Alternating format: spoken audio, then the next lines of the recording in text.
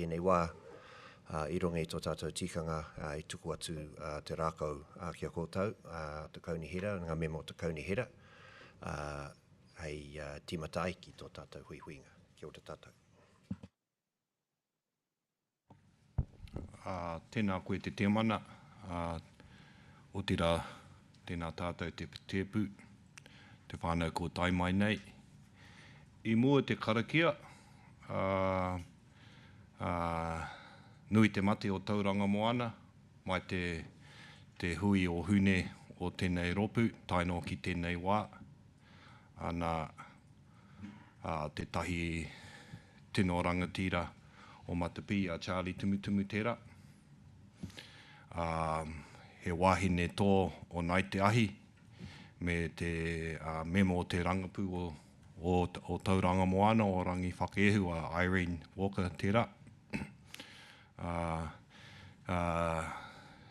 He tino rangatira hoki o Ngāti Ruahine, o te ropu o te rangapu o Tauranga moana, ko Lance Waka hoki. Anei nā mate, nui te mate o Tauranga moana, anei nā ingawa he tino toa o te kaupapa o te tangata whenua o Tauranga moana. Nō reira, moi mai rā. Anei, e ai ki a matere, ko hinga te kai waiata hoki a Dolly Parton I tēnei rā. Nō reira, wari te kau o nā tau, nō reira, tēnei te mi aroha ki a rātau I tēnei wā. Hoi anō, he karakia ki te whakatūwhera, tēnei hui I tēnei wā, nā me mō te hāpori ko tai mai nei, tēnā tātou. Kia noi tātou. Tui runga, tui raro, tui roto, tui waho, tui te hira tangata karongo, te a karongo te pō, nau mai te ihi, te wihi, te mana, te tapu, paupau ki roto ki a mātou mō tēnei rā. Ko ia rā e rongo whakiriraki ki runga, turuturu whakamaua ki a tīna. Haumi e hui e, kia ora. You can do.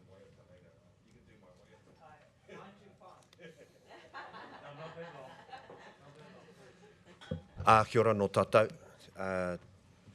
Tuatahi tēnei te mihi kawana ki a koe, te hemi, nau e whakatika, e whakawātea ki tō tātou kore rorero, ko tō tātou hui huinga. Ano hoki e tāpiri atu ngā mihi, ngā tangi, ngā poroporo aki ki a rātou kua whetūrangi hia. Nō reira, tēnei rā, te mihi kawana ki a rātou, tēnei te mihi kawana ki a tātou, hoki, tēnā tātou.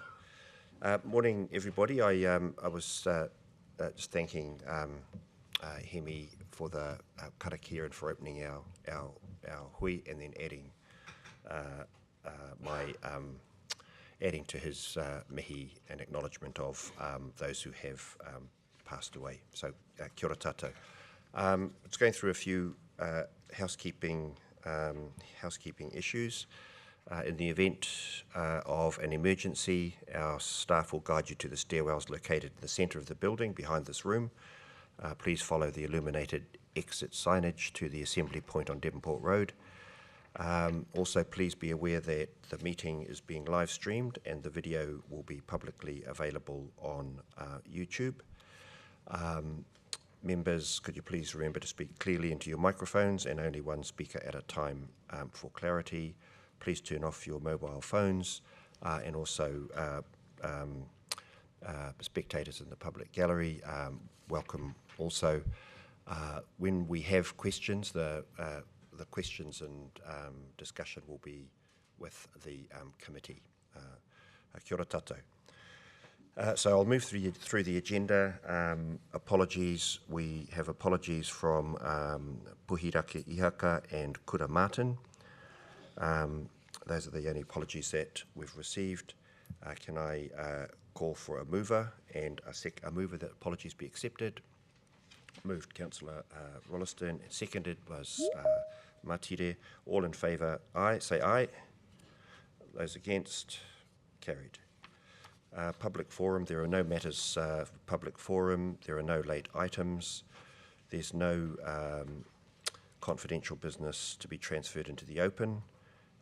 No change to the order of business.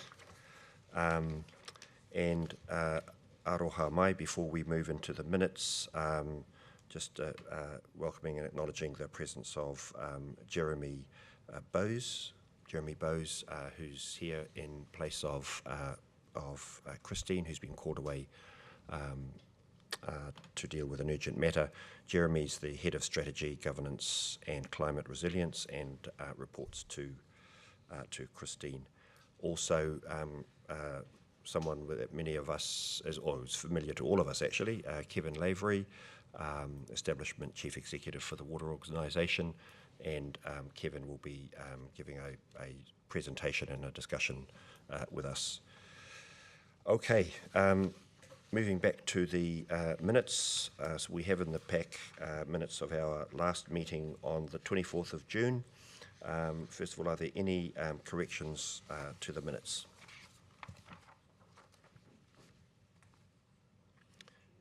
Yes. Yes, Morena, just in the, there's no apologies. I did make an apology because I had a surgeon appointment that day. I'll correct that, Marty. Yep. Thank you. Right, any other corrections? So on the basis that the minutes will be, that Matire's apologies for the meeting on the 24th of June will be recorded in the minutes. Can I have a mover that the minutes be accepted? Moved by Deputy Mayor.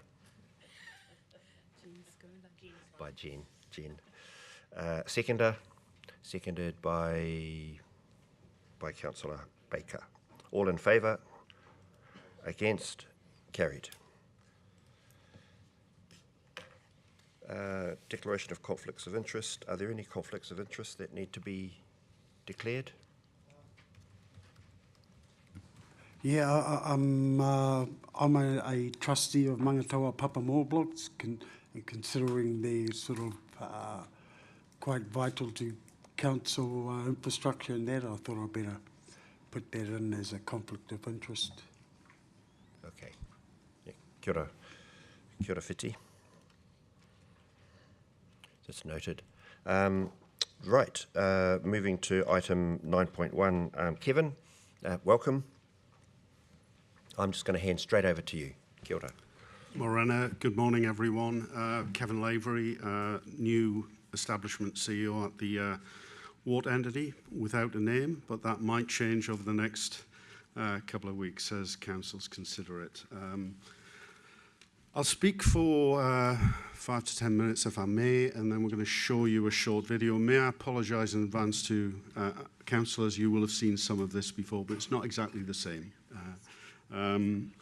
I'll begin with a short peppy. I'll say a few words and then we'll show you a video and we can deal with any Q&A at that point if that's okay.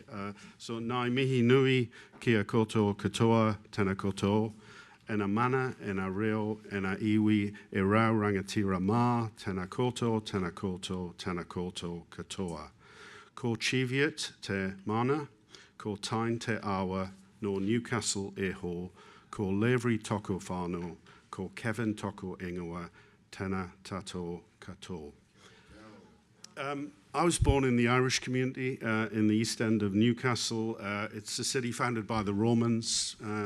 It has a Norman castle, medieval walls and a Georgian town, but it's most famous for the Industrial Revolution. It's where the Stevenson brothers built the internet of the Victorian age, the railway, and it's where Joseph Swan lit the first light bulb. Forget about Thomas Edison. Swan got there first.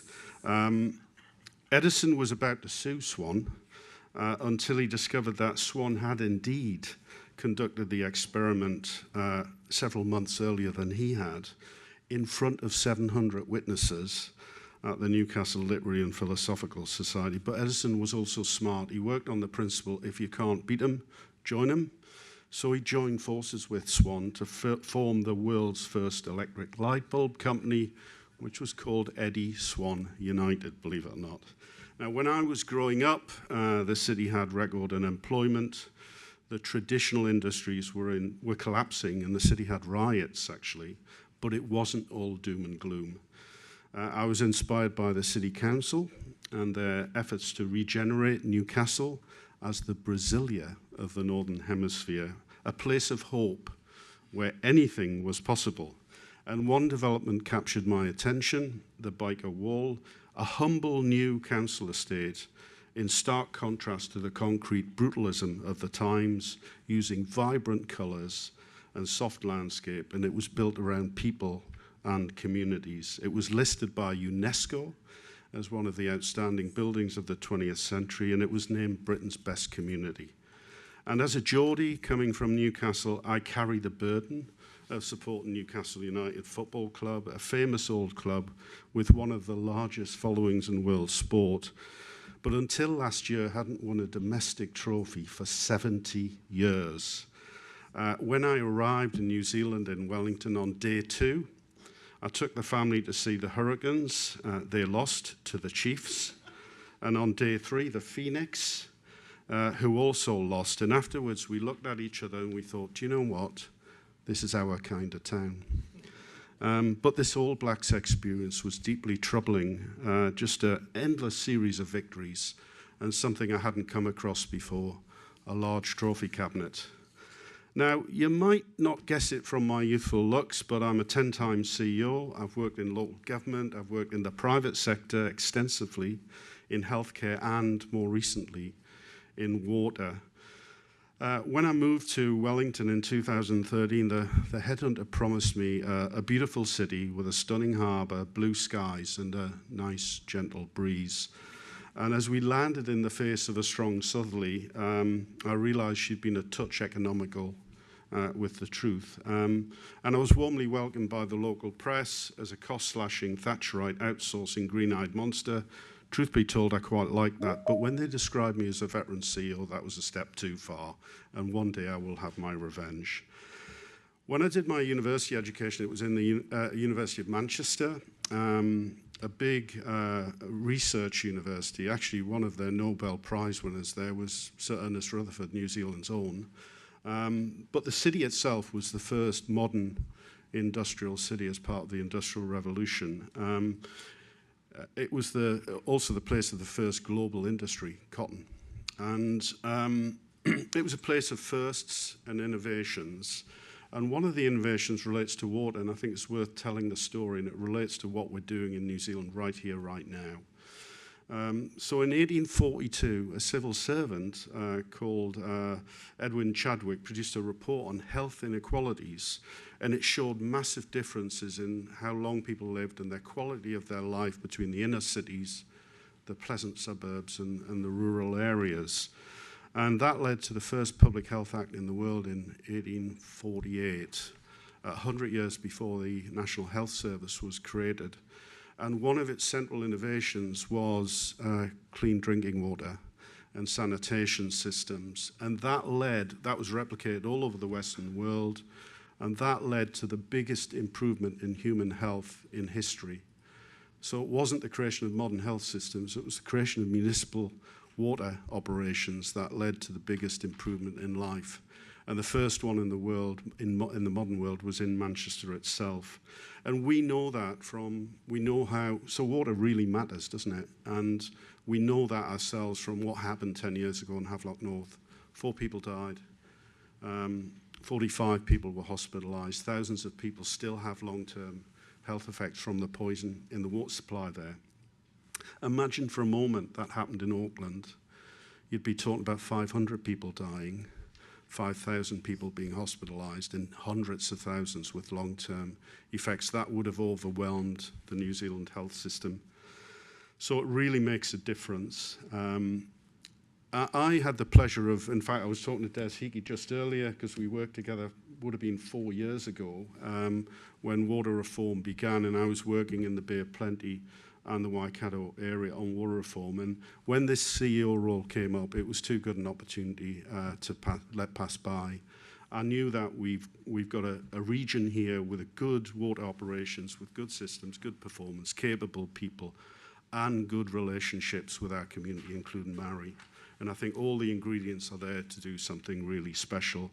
I've spent a bit of time setting up new entities. I did a technology startup. I've amalgamated a large council in England, set up a new health region, but more recently set up the water company over the hill in Hamilton and Waikato.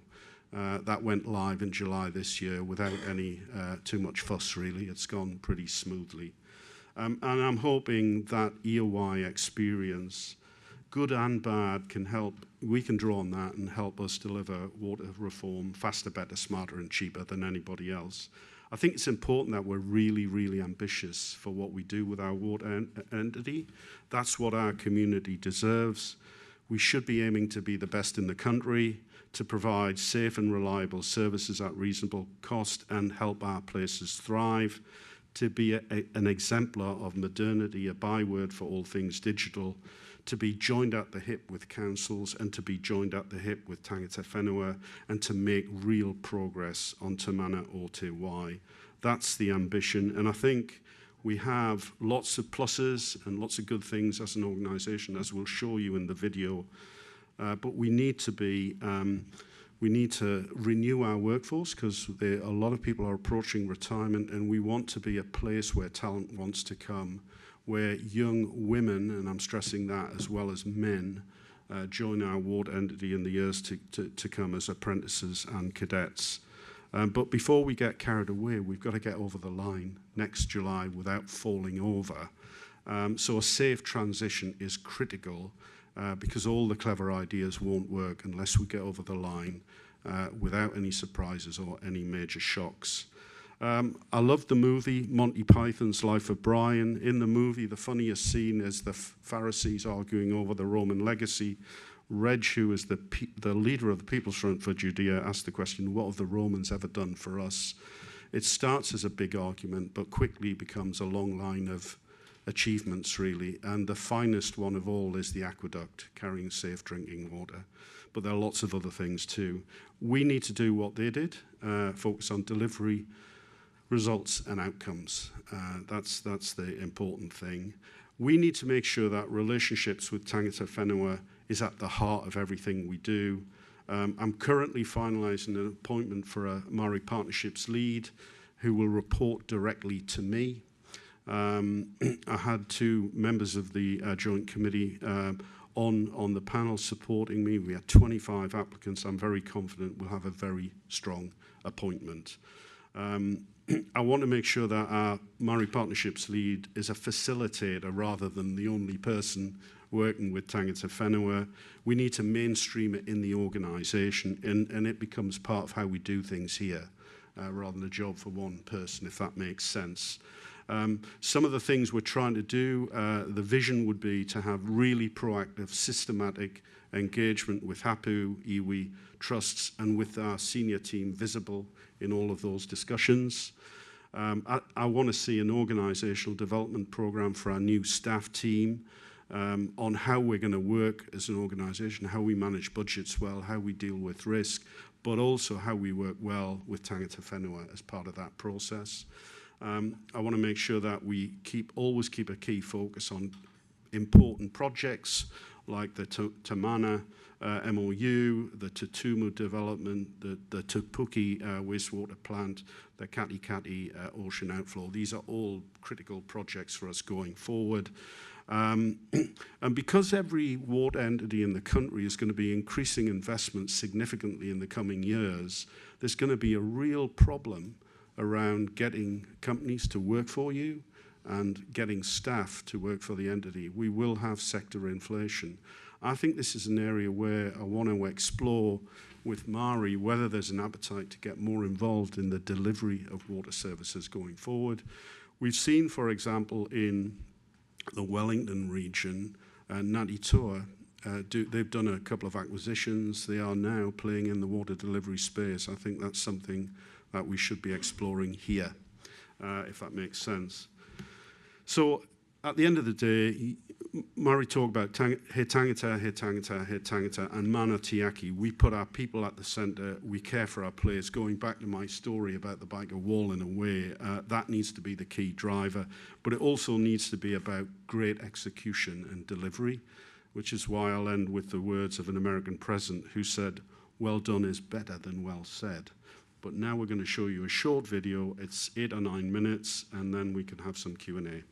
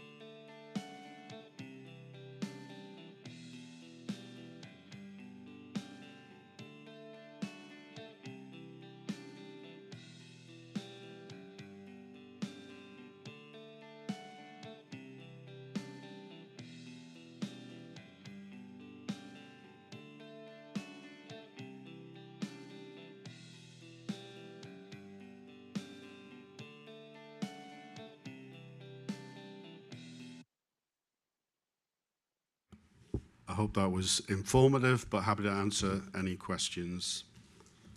Kia ora, kia ora, Kevin, and thanks for the kōrero, thanks for the presentation. I'm just shortly going to open up for questions and comments, but I was Googling on my phone because I forgot the name of the television program years and years ago that I used to love about Geordie bricklayers of Whenua Pet, and I'm not sure who's seen that, but I never missed any of the series. So I want to just, I've got one question if I could start. Water is taken for granted by members, turn the tap on, go for a shower, etc. And I'm just going to ask this question from a Māori user lens. And if people at my marae, the whānau at the marae, were to ask me, so there's this new organisation, what's the difference? What's the point? What will be the point or points of difference between water being managed and service through this organisation versus through the council? What do you think I'd say to that? So look, I'm very fortunate to be inheriting two good water operations from two good councils. So the service delivery is pretty good, and we've got really good staff across the board. But actually, Tauranga and Western Bay are the perfect councils for water reform, because to date they've been constrained by how much they can borrow to invest, to improve, to deal with the renewals problems, to make sure we're 100% compliant, and we do better than that. That's the opportunity here. Councils could only borrow sort of 250 to 275% of their operating budget. We can go to 500. That's really significant. And also in future, we've got we will have a statement of expectations agreed before Christmas. That's likely to be saying very strongly we want a ring fence between the two councils, but at the same time, we need to look at the issues across the borders, so in a way it doesn't matter, whilst respecting who's paying for what going forward, if that makes sense. I think those are the things that will make a real difference on the ground. Doing more, doing it efficiently as well, but building on the good foundations we've got from both councils. Kia ora. Kia ora, Kevin. Right, I'm going to open it for questions from Hemi, Councillor Rolleston.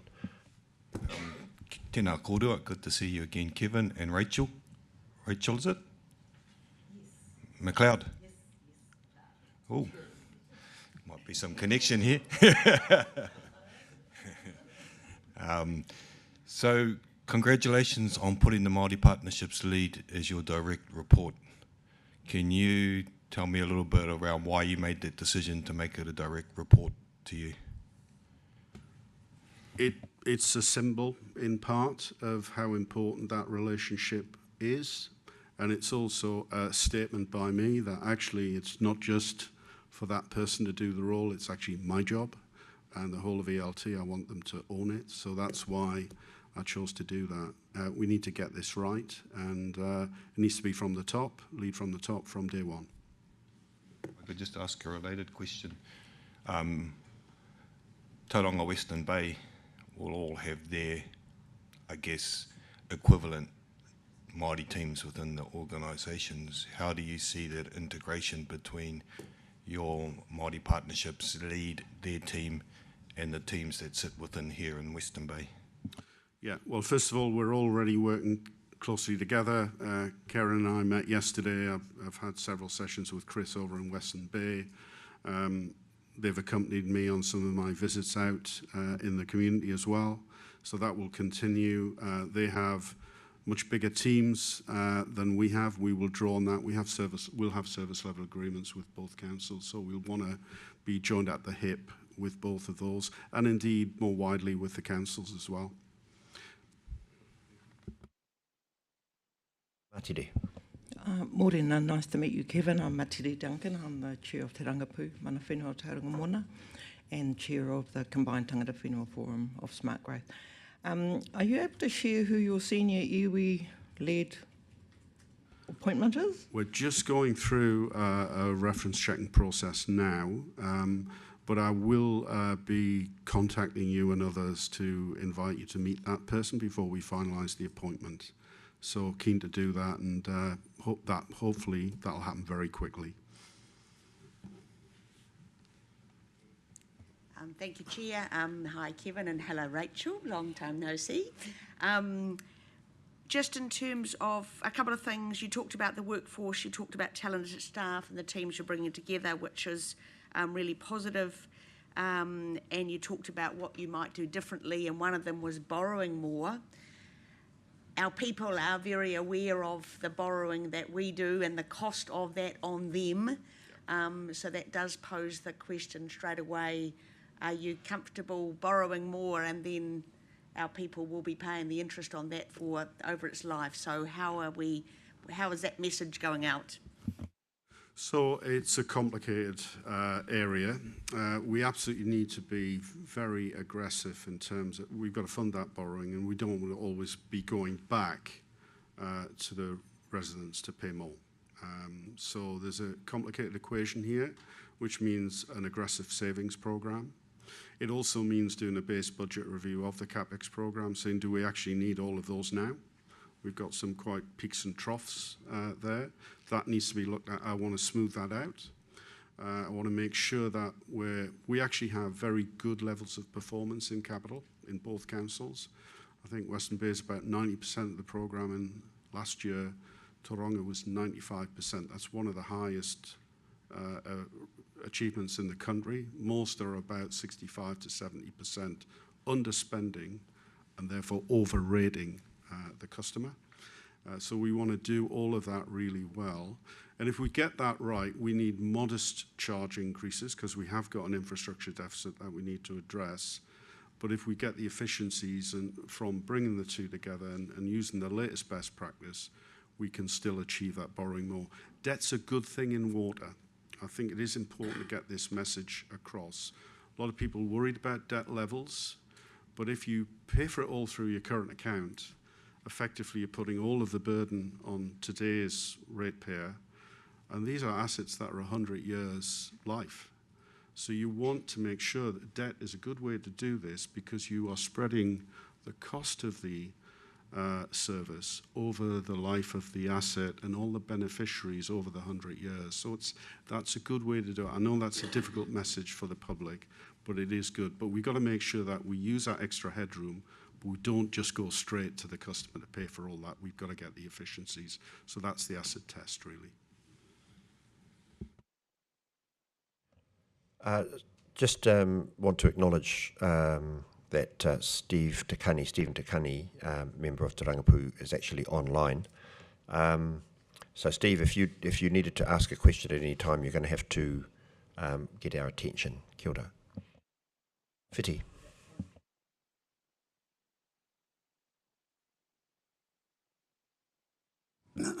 Kia ora.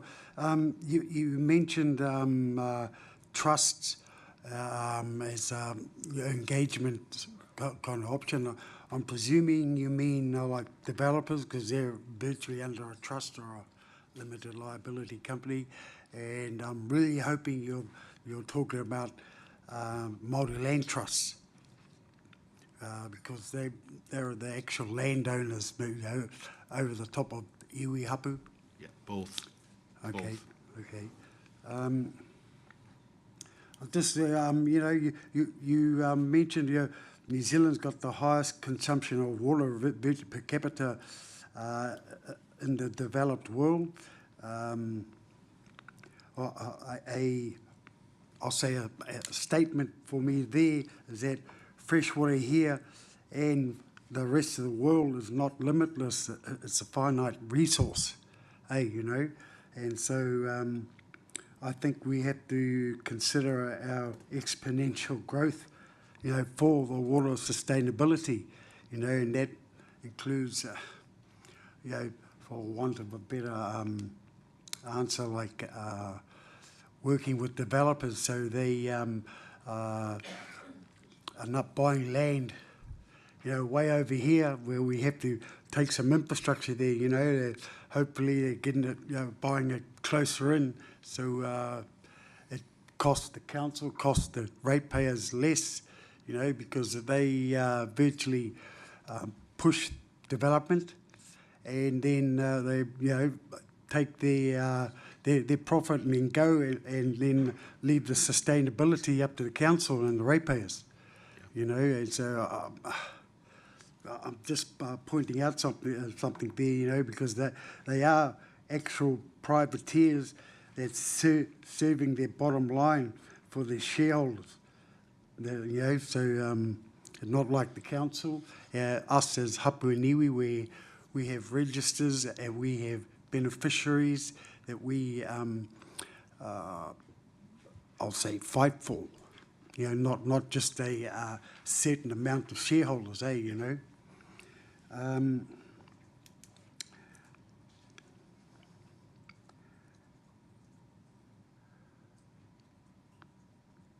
Also, is there going to be an education program because of as our chairman put it, we're blasé about using our water, especially here in New Zealand, and we pointed out per capita in the developed world.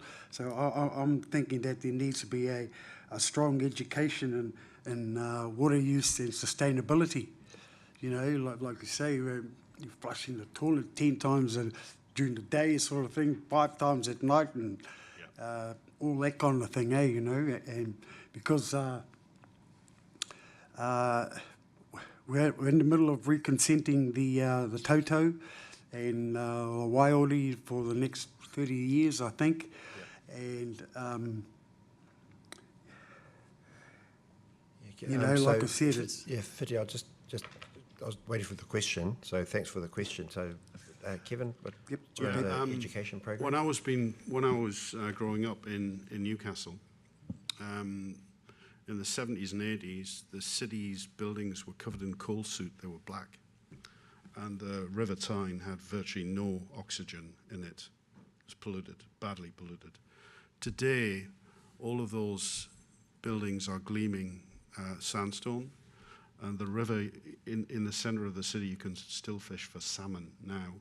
That's Te Mana o Te Wai in action. I think growth in environment is not a zero-sum game. We can have a situation where we do grow in a sensible way and we do it to very high environmental standards. And I'm hoping you, in particular, can help keep us honest in terms of really delivering that Te Mana o Te Wai, because it's critical, isn't it?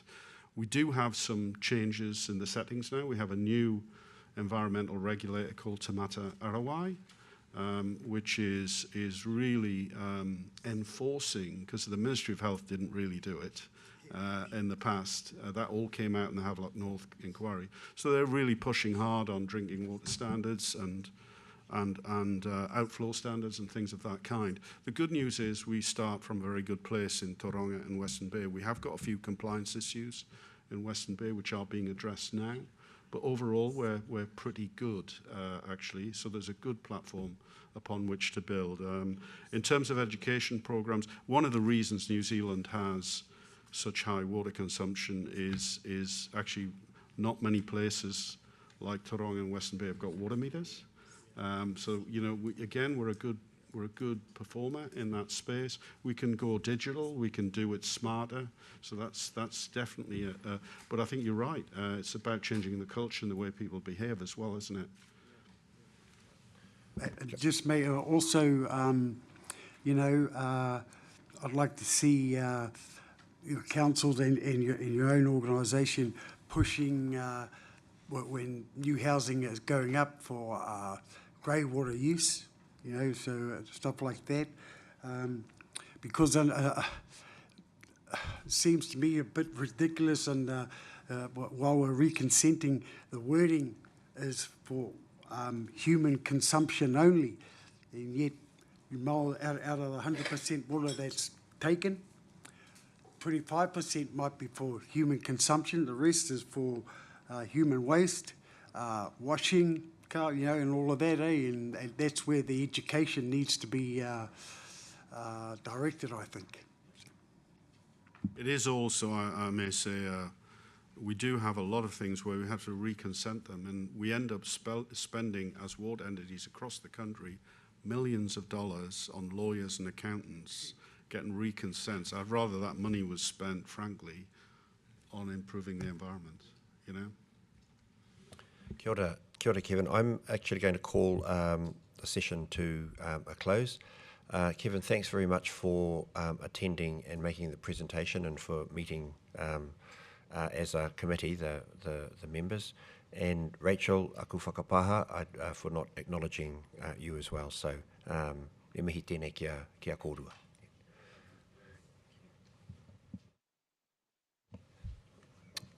Okay, we're going to move through the agenda, and next is the Tangata Whenua Engagement Review. There are no papers for this. We're going to get an update, and Jeremy, I'm going to hand to you. Kia ora. So just fairly late to this, but I can report back what Christine has just briefed me on this morning. As you know, the original review went to Council on the 26th of May. Council made some resolutions to further progress that work with the intention of reporting back to the 1st of September Council meeting. Since then, a consultant was engaged, Jocelyn Makari. Her report has now been received. It identifies a bunch of principles. It's very strong on the concept of an integrated system model. It identifies some components and some suggested areas of focus as we develop that integrated system model. Amongst the key issues within that report are that roles need to be very clearly defined, and whether or not there's a hierarchy, and that comes through in Maituri's report later on. Communications and decision flows and decision making all need to be clearly defined and workable. So looking at that report, it's not the answer, which is why it's not going back up on the 1st of September Council meeting, but there's more work to be required. So the next steps at the moment, Christine and Maituri have started to meet to work out how to progress that. I don't know whether you want to pick up the baton here at this stage, Maituri, and talk about where you and Christine have got to, or do you want me to fill that bit in? Kia ora, thank you. I just thought that from the conversations that Christine and Kieran and I have had, and this is after we've had those conversations with Jocelyn around some of the options that have been presented, and Te Rangapu, just before the report was prepared by council staff, had presented an option 3. And Jocelyn has incorporated that into the new integrated system paper and implementation. So we're really pleased that it has moved forward to that phase. I think there's a few phases in terms of the implementation that needs to be delivered, and I understand that a contractor has been appointed to work through to talk about and discuss the program for the implementation. Kia ora. Just picking the baton up again, so the intention really is to do that work quite quickly, and then report back to this committee on the 21st of October, so a couple of months' time, and then take the recommendations from this committee and build it into a report for council on the 10th of November. So the aim now is to start to bring this to a head and create that new structure. Kia ora, Jeremy, and for that update, and thanks also, Matire. Are there any questions from the committee? So two things I've noted, there'll be a further report back to this next committee on the 21st of October prior to the matter going to full council in November. Yep. Whitty. Yeah, I like the most glaring non-option for engagement with tangata Māori is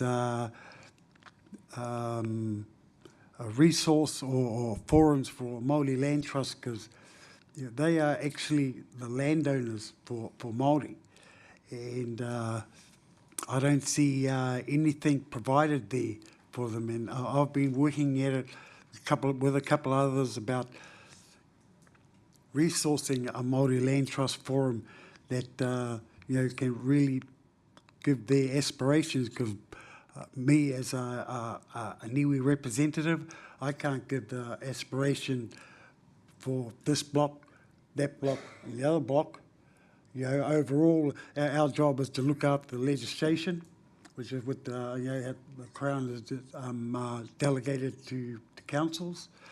And like I said, to me, the most glaring non-starter in these options is something where the Māori Land Trusts can actually be engaged and then provide their aspirations. And there is some trusts that are ready to explore that, and there's some aren't. And there's a hell of a lot of Māori Land Trusts out there compared to what there is hapua niwi. I wonder whether that's I was kind of looking for what was the question in terms of the report, but that sounds to me like we need to talk more about engagement model, which is not what we. So perhaps my suggestion is that you refer that back through Rangapu Whiti. Yeah. Hautapu. Sorry, are we asking questions, or are we and/or comments? Is it a questions and/or comments? Yeah, or just questions about and/or comment. Yeah. The silent. What's concerning, I think, and I don't know how through this process we feed this back, because we're only a recommendatory body. The silent voice in this collective discussion is the iwi chairs, and yet they will, through what's proposed, become quite a significant role, and rightly or wrong, not to say that's a bad thing, but they're going to be quite a significant role in what the new thing could look like, the new system functions, etc. And I agree with all the recommendations that Whaimatiri and the Rangapu proposed, but it's unfortunate that the Rangapu, separate to the iwi chairs, who combined are a strong Māori voice, had to even submit an option 3 to begin with, because it creates a divide, and council we need to take responsibility for creating that divide. So that's one point. But I think what's critical to the 21st of October, did you say? 21st of October.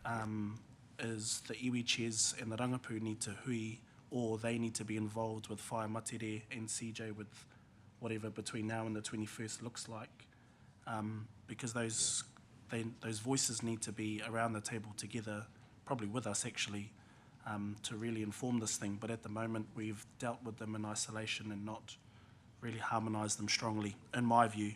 And so much of what's written in the reports is about mandates, and that word scares the shit out of me, to speak frankly. Be speaking frankly. Sorry, I can't even say that. It scares me.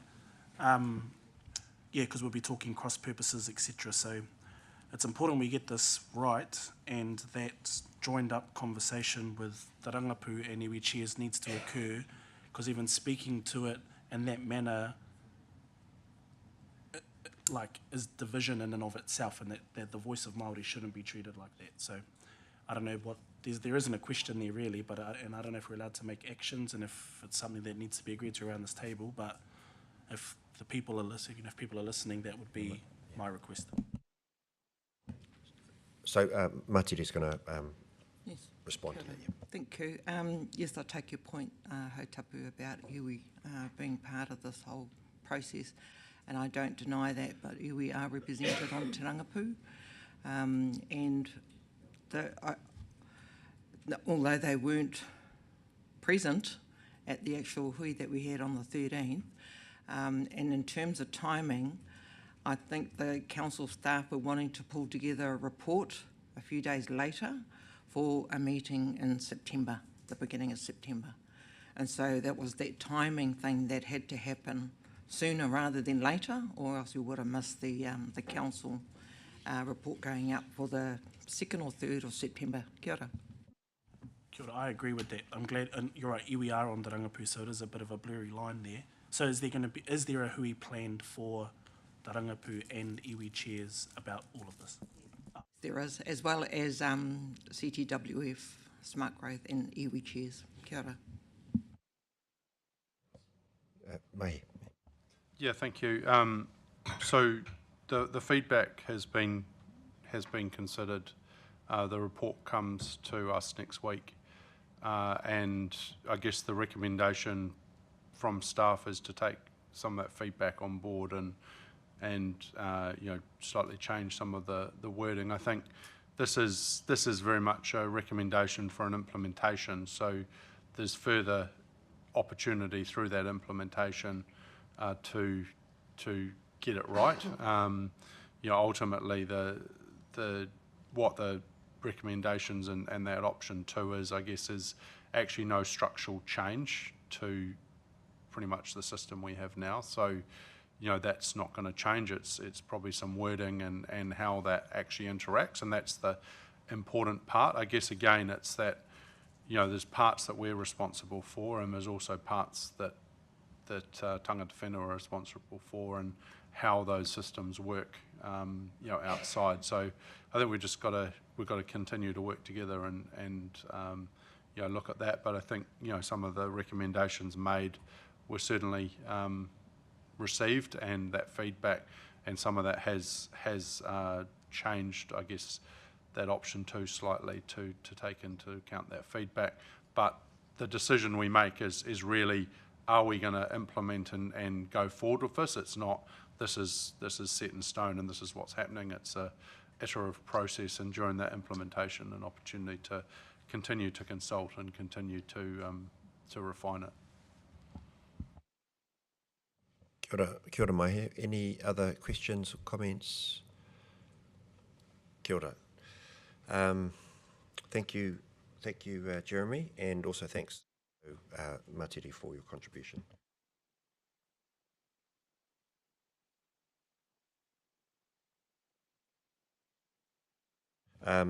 So now the second part of the agenda is simplifying local government Head Start pathway, and I'm going to hand that over to the Mayor. Yeah, thank you. So obviously a lot happening at the moment in local government, but just give you a little bit of an update of where we're at. So we have worked hard and had, I think, 7 different meetings with Western Bay over the period up until our meeting that we had on this, I want to say the 6th of August, to agree. That was a joint meeting. So, I guess the key things that came through in that were debt, were representation, and that included Tangata Whenua representation, and that was certainly one of the issues we dealt with. But those were the 2 key rocks. I felt that we had made some pretty good progress around trying to solve those. We were very much in the time frame looking at a principles approach rather than a detailed design on this is how it's going to work, and so it was quite high level, but certainly those were probably the 2 main issues that we faced around those discussions. So we had a joint meeting on the 6th of August. At that meeting, our council voted 9-1 to go into Head Start, and at that same meeting, Western Bay voted 6-4 against Head Start. So that sort of gave us a little bit of a interesting position, I guess, because under the simplifying local government rules, you needed 2 willing territorial authorities that either had the majority of the parties affected or the majority of the population, and obviously we only had 1. However, we were working with the wider Bay of Plenty, and through the Merrill Forum, we'd agreed to a 3 unitary model across the bay.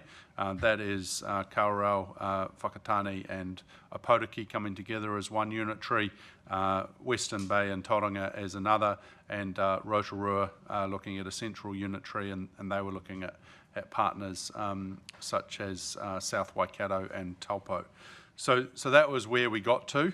The following day, Rotorua then had a council meeting, and at that meeting they voted against backstop, which is the alternative.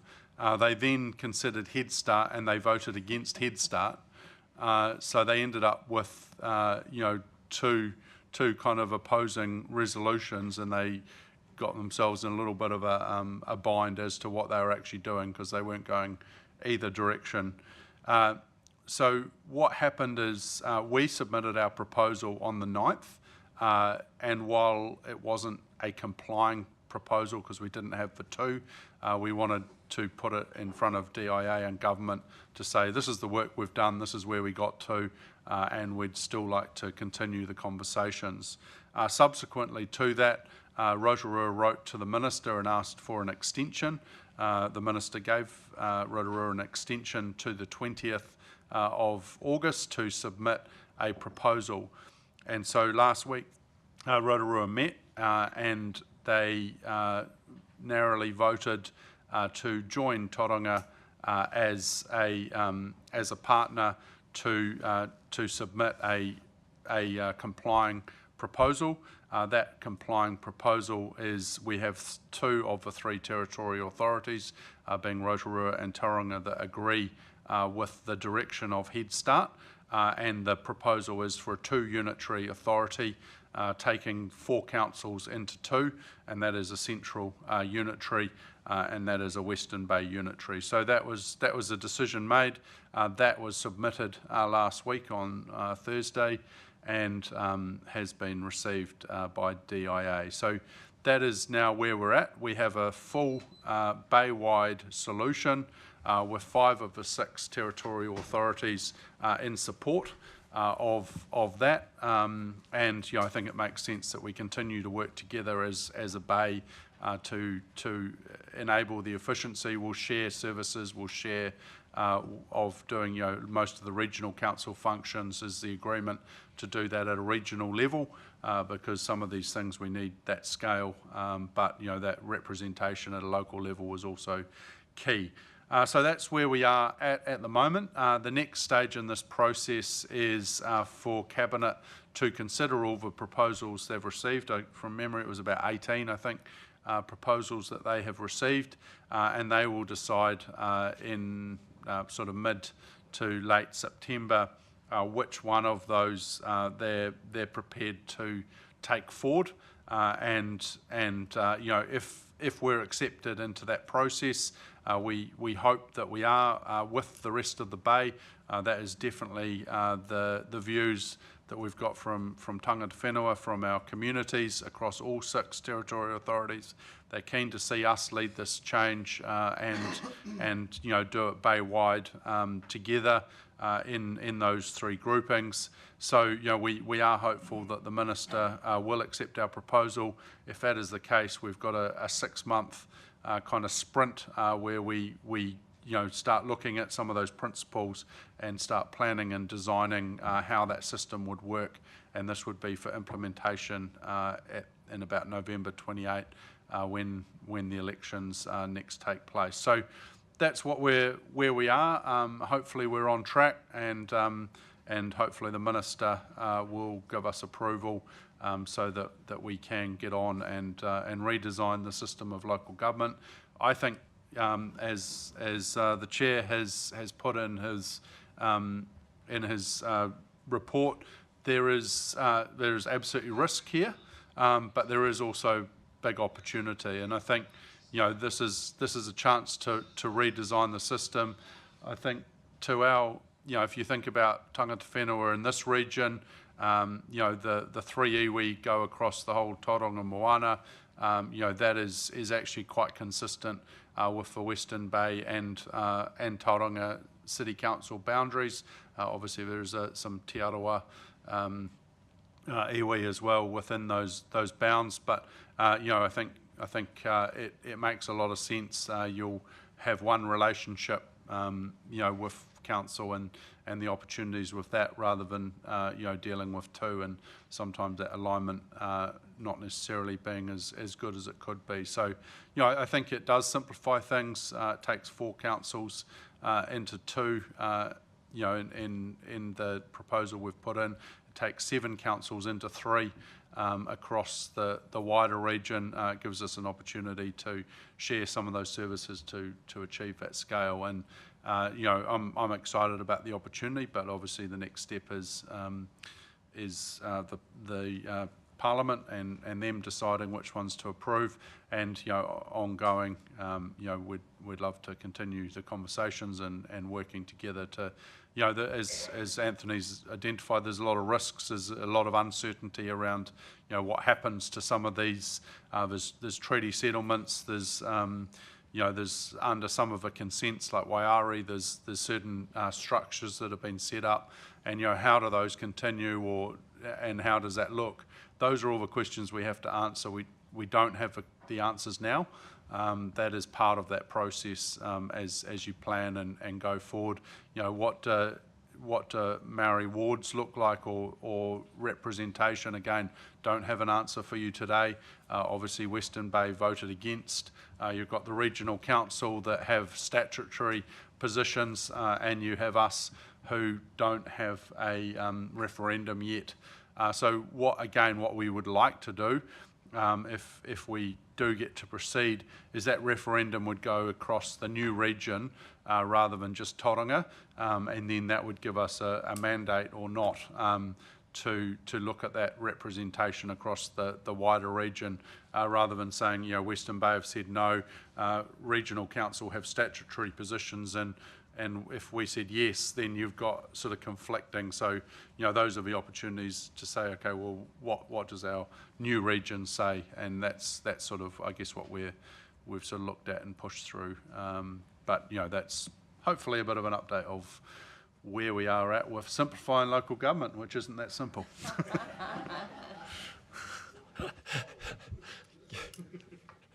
Kia ora, thanks. Thank you, Mahi. I'm going to open for any questions and comments. And yeah, I've got to stop laughing at your last comment about simplifying government. So I'll just share this with you. Many years ago, I led quite a significant piece of work, or one of the co-leads in the Ministry of Justice the work was simplifying. It was the criminal procedure. And anyway, it turned out that this was the most complicated piece of work that we'd ever done, and after about a year, we had to rename it, so from the criminal simplification procedure to something else. Anyway, sorry. Any questions, comments? Whiti? There's a statement and there's a question in there, in the statement. Okay, I'm just...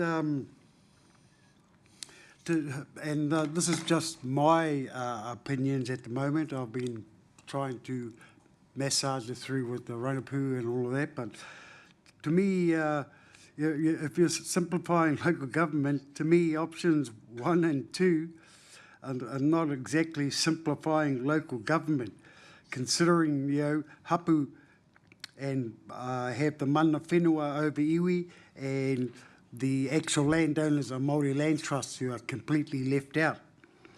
Now, and as Matere said, you know, the iwi did have reps on the Ranapū, or have they withdrawn their representatives? I'd like to know that, because I haven't seen Destiny for a while, or Kura, and if there is documentation or a letter sent by the certain iwis or all the iwis withdrawing their reps, I'd like to know, because you know, we're actually too short here, and to me, we're going to have to go back to the Ranapū and maybe re-elect if they have been withdrawn from all of these forums. So that's the question I'm asking. Officially, have they been withdrawn, and are we able to cite the letter withdrawing their particular representative? Yeah. Matire, do you want to respond to that? That, and it's probably a rangapu kaupapa. Des Heke and Destiny Leaf were appointed Ngāti Ranginui iwi chairs, sorry, not chairs, representatives on Te Rangapu. And I can't remember, but a letter did go to the council, and I was CC'd into a letter that they were going through a representation review. So they've withdrawn all the representatives on most of the committees in the community. And so good thing is happening is that they have done their review, and Ranginui are looking at putting their representatives back onto Te Rangapu. All right. And Kura is, she represents Ngai Tamarawaho.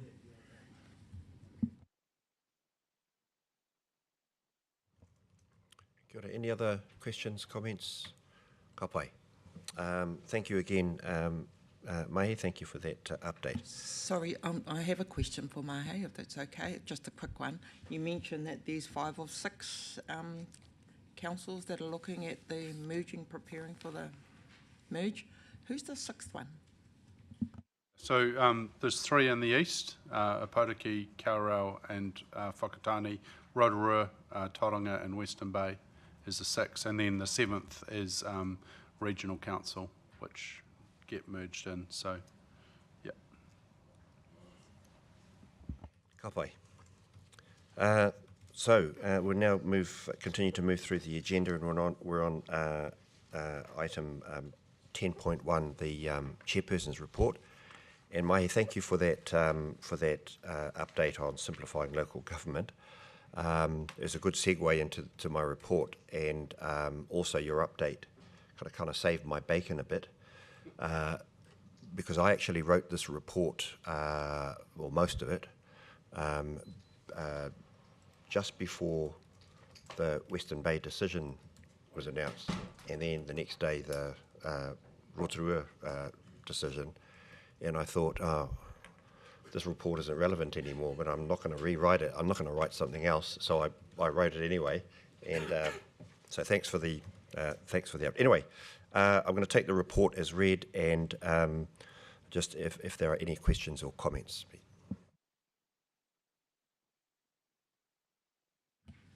Kia ora, Chair. You open up for questions. Oh, sorry. I was just going to say thank you. I think it's a well considered piece to talking about the risks, but also those opportunities. Yes, and I agree with that as well. A really good report. Some of the things that Mahi's already responded to, and that was around the Māori ward and the referendum. There was some uncertainty as what's going to happen with the new merger of the simplifying local government. The area that I was really pleased to see that you've noted is that Tangata Whenua on the top of page 24. Reforms raise important questions regarding representation, Te Tiriti o Waitangi obligation. I also think too is that it needs to be understood that with increased iwi and hapu participation, there is a lack of under-resourced capacity and capability, and I think that's an important thing to realise. And maybe we need to have those conversations about how that's going to work to ensure that Tangata Whenua's voice is being heard. Kia ora. Kia ora, Matire. Jen. Thank you, Chair. I also reading it, I think it set out a lot of things that I might have known, but you speak of them really well, and I wouldn't want to lose this, and sometimes we have looked at this committee and thought, what are our outcomes? Are we making progress? Do we just talk about it and then it goes away? And I almost wonder if this is sort of like each meeting at a stock take, you sort of say, are we achieving any of these? Are we heading in the, it's almost a guidebook for us, a guideline of where I'd like to see us go, at least to know that we're looking at a couple of things and progressing, because we sort of have talked about, you know, to me, I'm an action person, so I, you know, like to know things are happening, and Hemi and I have talked about it a bit in terms of the action schedule at the back, but these are pretty important relationship risks and challenges and opportunities, and as the Mayor said, you know, lovely to see them set out, but let's not lose them. Can we perhaps have a, I don't know, think about whether it's a standard paper that's got, how are we thinking about this meeting? Are we covering some of these things? I don't know, putting it out there. Why don't we take that in action for the council to come? Yeah. Let's not. Okay, we'll. I'm just thinking of that, turning that into an action. If it's an action that we take the chair's report and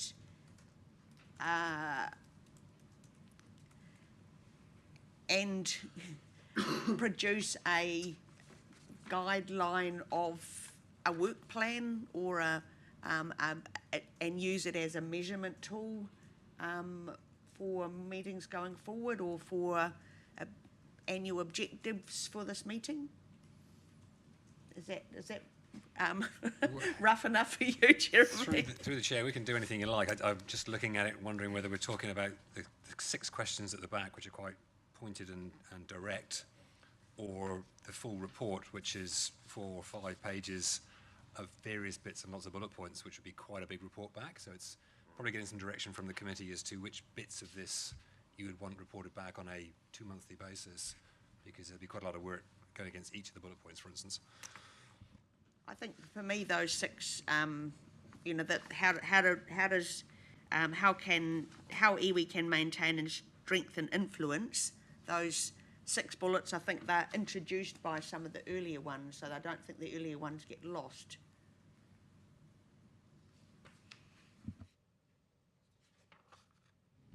Kia ora, Mr. Chair, if I can. Yes. Thank you. Yeah, I think too that this is probably a good starting point with some of the principles for the relationship framework, and I think that, you know, I'll leave that up to Jeremy and CJ to see how that can be implemented. Kia ora. Whitty. Yeah, but for yep, you got me, got the juices flowing with your report, bro. Like I was thinking here, on your number 4, you've got to embed the tiriti within the new governance frameworks. So I think under the LGA. Local Government Act, I think an actual treaty policy should be maybe developed. I know we have a Te Ao Māori framework, but that's not clear if it's a policy or just a memorandum for staff to think about. So that there again, I want to get some clarity on the Te Ao Māori framework, whether it is an actual policy or like a memorandum to remind staff to think about that while they doing their thing. And like I say, and otherwise, like a treaty policy, I think should be sort of developed. So I don't know whether there was a question in there or it was just a statement. Because I like, and I'll finish off by your last 6 things here. Again, I've just put treaty policy, an actual treaty policy, and on number 3, you've got how Māori representation be strengthened rather than diluted through amalgamation. Again, Māori Land Trust forums, to me, is a vital, and that again has not been the only one I've heard mention really in the report was the new CE for the water services organisation. So whether that needs more talk amongst us, Matere, as a rangapū, and bringing it forward to these kind of committees, you know, like I say, I feel for Holy Land Trust at the moment. Kia ora, Karen, you want to make were you going to make a suggestion? Ka pai. I'm pushing the wrong one. There you go. Kia ora tātou. If I can perhaps put a suggestion on the table, mindful that there are a couple of processes going on at the moment, which is our Tangata Whenua engagement review, which covers a few of these. Tomorrow I'm meeting with Rangapū to talk through your strategic plan for the coming year, which a number of these is a key priorities around representation and how that mahi is going to work. So I'm just suggesting, my suggestion is that, you know, we're also going to be bringing back a report to this committee on the 21st of October, that we wrap together what this looks like in that proposal or in that report, to make a clearer decision on what we're going to do with this stuff. But take your point about not wanting to lose this great information and these actions, but we'll tie it into the existing work that we're already doing, if that's okay.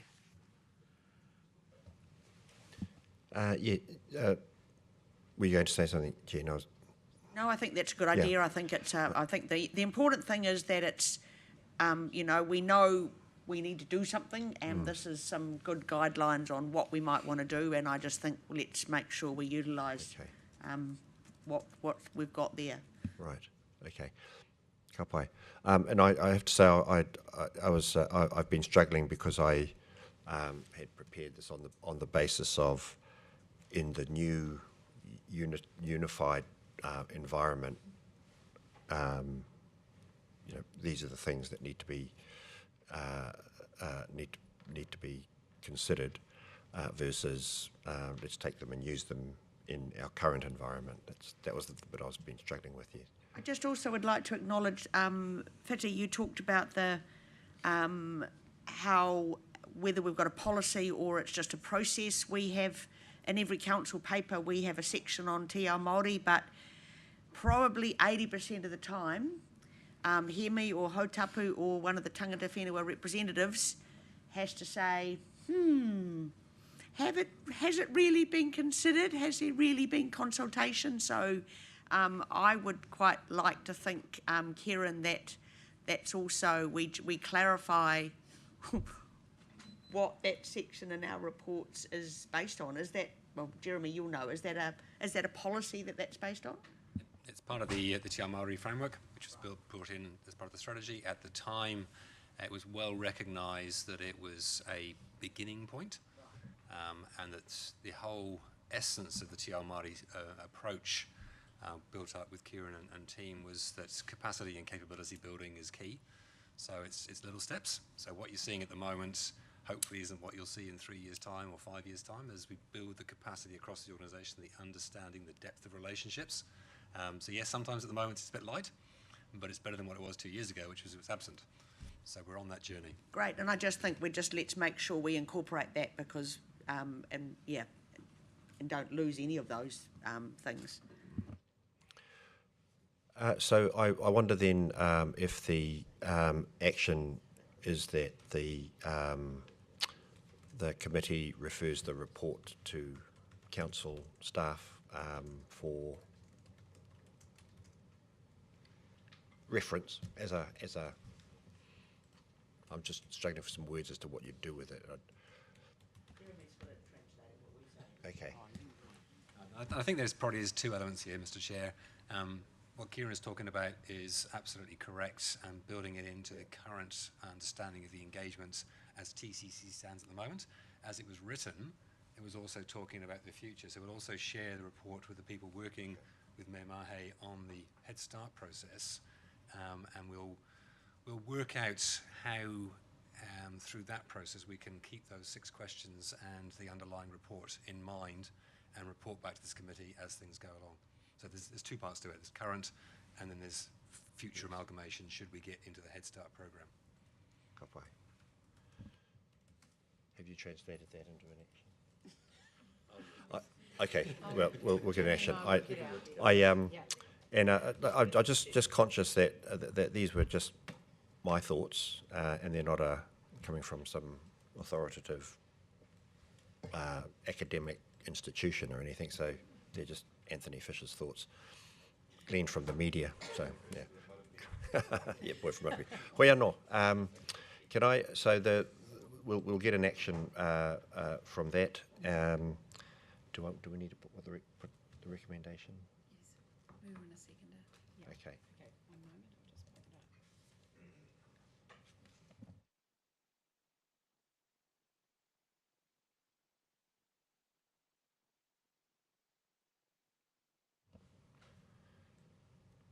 Okay. So the recommendation It's just a receive. is that the chairperson's report be received. Is that the action? Can I have a second? Mover, Second. mover, Fitty, and seconded by Hemi. All in favour? Against? Carried.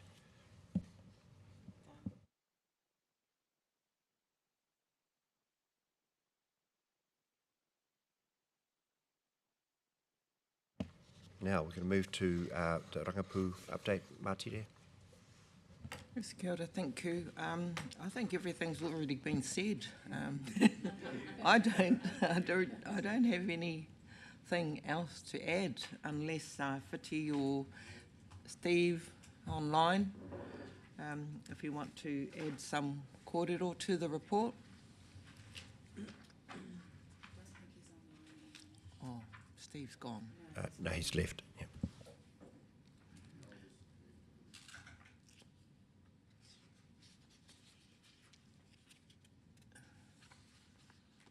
If Right. not, Any I'm happy- questions? Yeah, if not, there's no questions by anybody, I'm happy to move my report.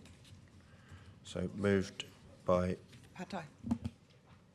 Sautapu. Aroa mai. I think it was our last Tangata Whenua committee hui, or perhaps the one before. So just picking up on your point 4.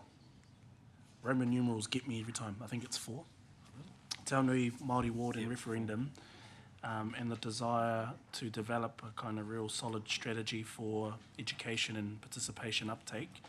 Unaware that the tuckers were going to develop, or something was going to be developed. Do we have an update on what that plan looks like yet? Or We haven't quite got there yet. I think there was going to be a joint approach. There is still some uncertainty about what's happening with the merger and whether there's still going to be a Māori ward, whether there's going to be a referendum. Not sure. So, yeah, I guess it's just a waiting game at the moment.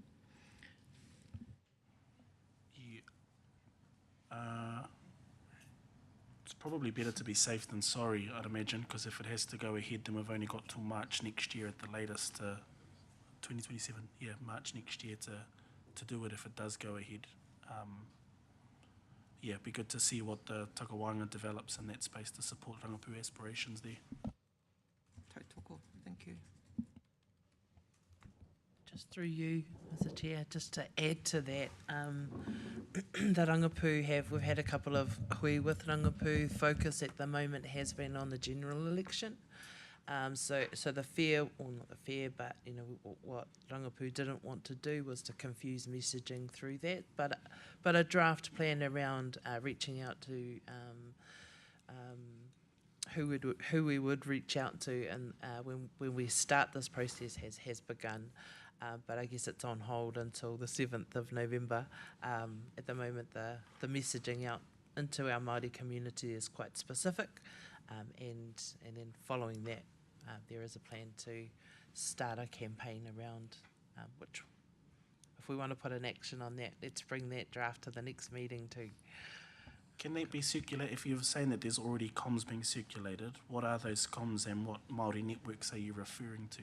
Okay, we can bring that. We can send that through to you. It hasn't been circulated. It's just been, there's a small group of us that have been meeting with Rangapu around pulling together a plan, really. Yeah, which is what you're asking for. Hemi. Thank you, Mr. Chair. Yeah, just some more, I guess, more comments on that topic.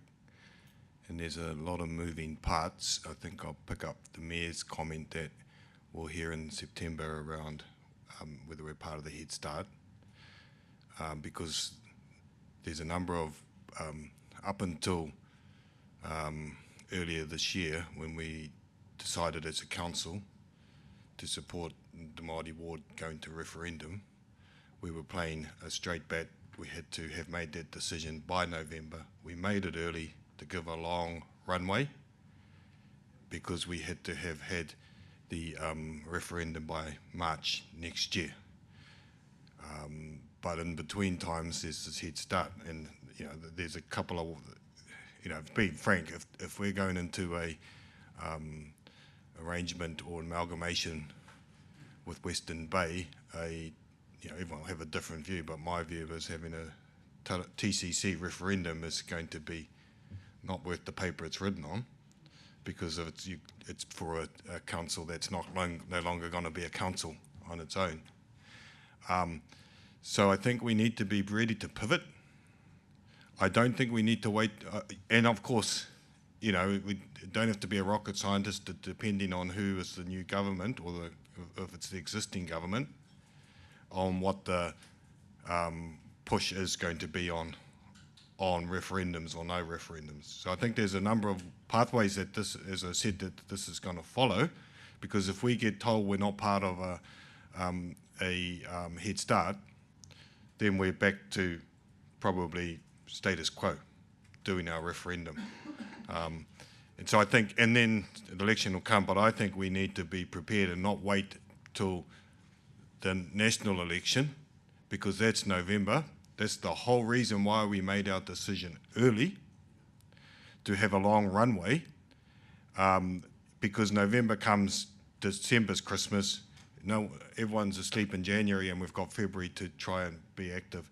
So I think we need to at least be ready to go whichever way. I'm not talking around spending a lot of money, but being prepared rather than go, okay, the national election's over, we might not be going with Western Bay, now we've got to do our referendum and we've lost all the runway. So I think we've got, I know it's not, that's what I said, there's many pathways that this could follow.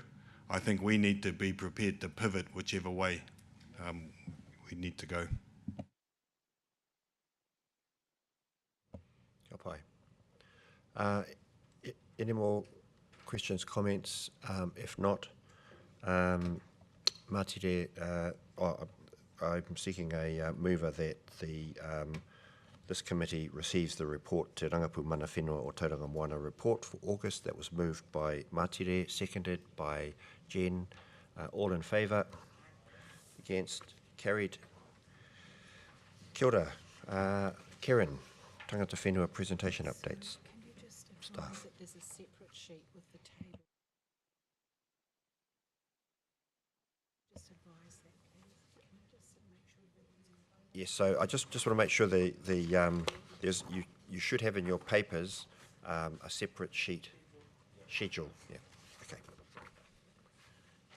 Kia ora, Karen. Going to hand to you. Kia ora tātai. Tuatahi, tēnei te mihi atu kia koe mō tō tūwhera o tō tātou hui. Himi,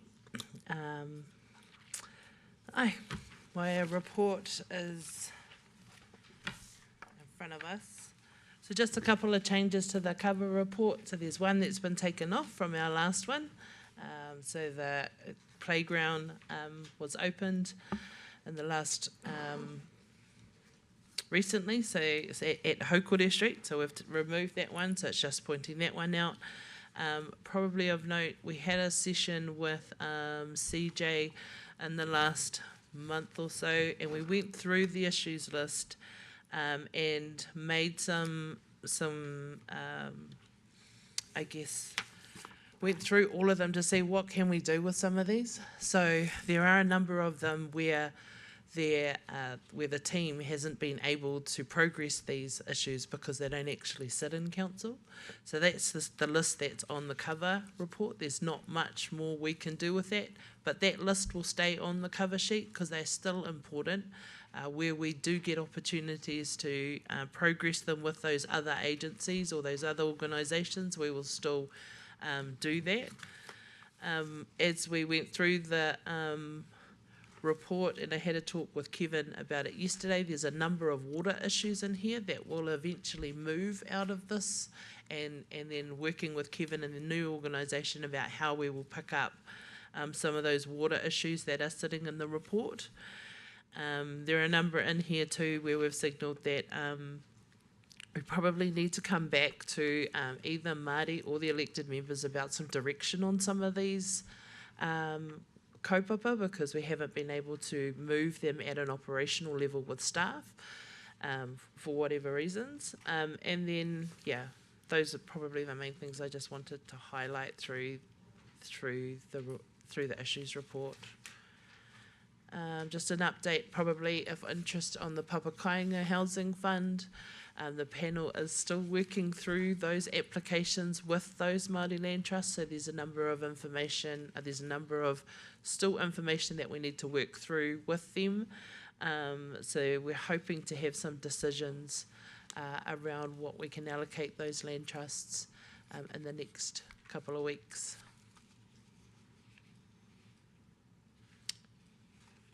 Any questions? Kia ora, Karen. Thanks. Was that your comments, Kapai? I just thought I'm only asking that so I can open up for questions. Any questions or comments for Karen? Hemi? A couple of questions, Chair, and this is probably more related to council, but you've talked around Papakainga. A few meetings ago, we talked around the Papakainga task force that was going to sit alongside that. So it's probably, I mean, just bringing it more probably in action, Mr. Chair, is that be reported back to the next standing committee on how we progress that. And I think just giving some context, I really, good to see the Papakainga Fund and obviously the uptake.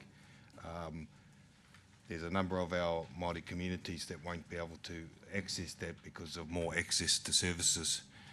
So it was the bigger picture. So just giving some context, that we're really good to see the interest and the uptake on the funding of this, redirecting funding that already existed to this, but there was an action a couple of council meetings ago to consider a task force that really put a lot of horsepower into what next. So that's my is that a fair question, Kieran, that we could use that as my question is, could we bring that back to the next meeting? While I'm speaking, Taylor Reserve has been floating around for a while. I think I've been here just over a year, and I think I got told about it not long when I was in here. I think the report sort of says it's coming back to council. Do we have any update when that might likely?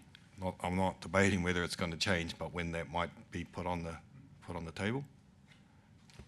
So that Taylor Reserve, the naming of under Tapuika, I think the Tapuika one. Yep, that's definitely one of the ones that I need to come back to probably elected members and Māori to have a discussion about. So I think staff wrote that report a while ago, and it's been sitting with Māori to progress. So I think the next step for that was to have a workshop or have a briefing with elected members around naming before we put that up into a council report. But it's on the list to talk to the CEO. So maybe the on the list is possibly the Wikitoria Street property as well. Would that be the Maunga Tapu Marae? I'm looking at the hard copy, so it's under Maunga Tapu Marae. Wikitoria Street properties regarding lease and possible sale transfer to Hapu. On the 12th of August, Hapu met So will we get an update on that? Or will council get an update? Sorry, my understanding with that one is we are waiting on Ngāti Hare to come back to us with a proposal to consider, for council to consider on that. To date, we haven't, but I have had an email from Ngāti and Ngāti Hare who want to catch up in the next month or so.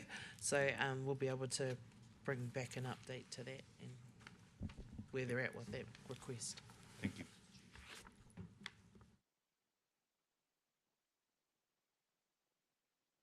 We've captured those actions in terms of report back. Whiti. Just wondering about the Taylor Reserve. Has that whānau been involved with discussions and anything like that, and they're going to be continuing to be involved with that? Yes and yes. The Taylor whānau is, yeah, aye. Ka pai. Hautapu. Kia ora, thank you Kieran and team. Cool to see some items ticked off, and the community of Haukore Street in particular, and my kids love the new playground, so that's really choice. On the 22nd of April we had our hui at Waimapu Marae, which was semi-post the severe weather events, and in that conversation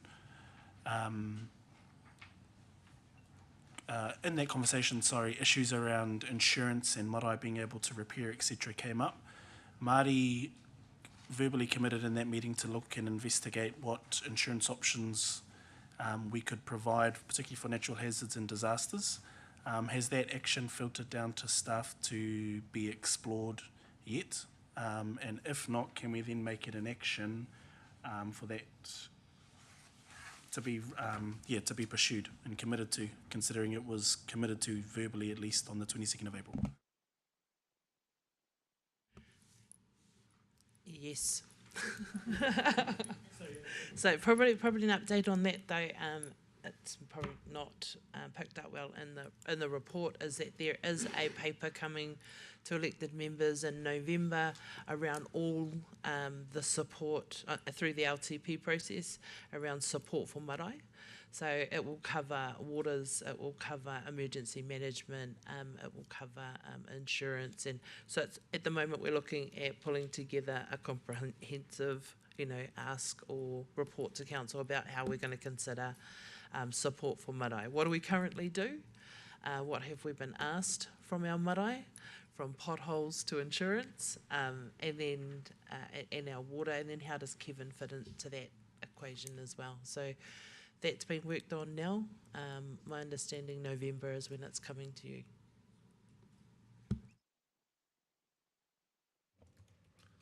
Ka pai. Any other questions? If there are no questions, can I have a mover that the Tangata Whenua Tauranga City Council Committee receives the report Tangata Whenua Presentation Updates, August 2026.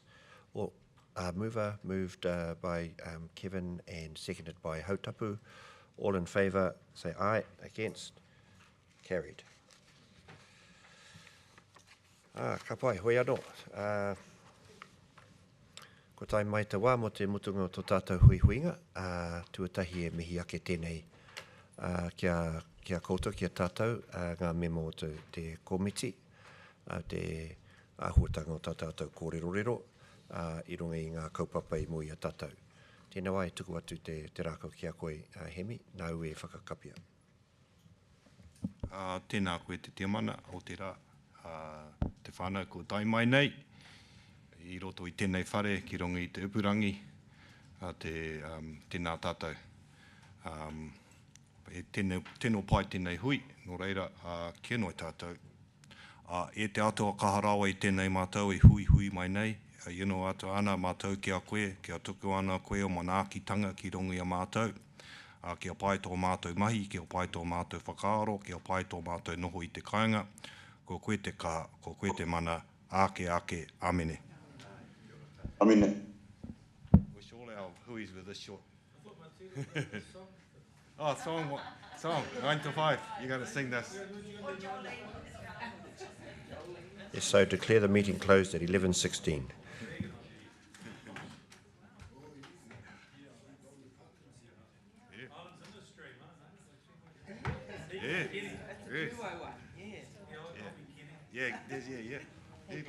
So Kai is about 10 minutes away. That's a problem with it finishing too fast. We're not used to that in council.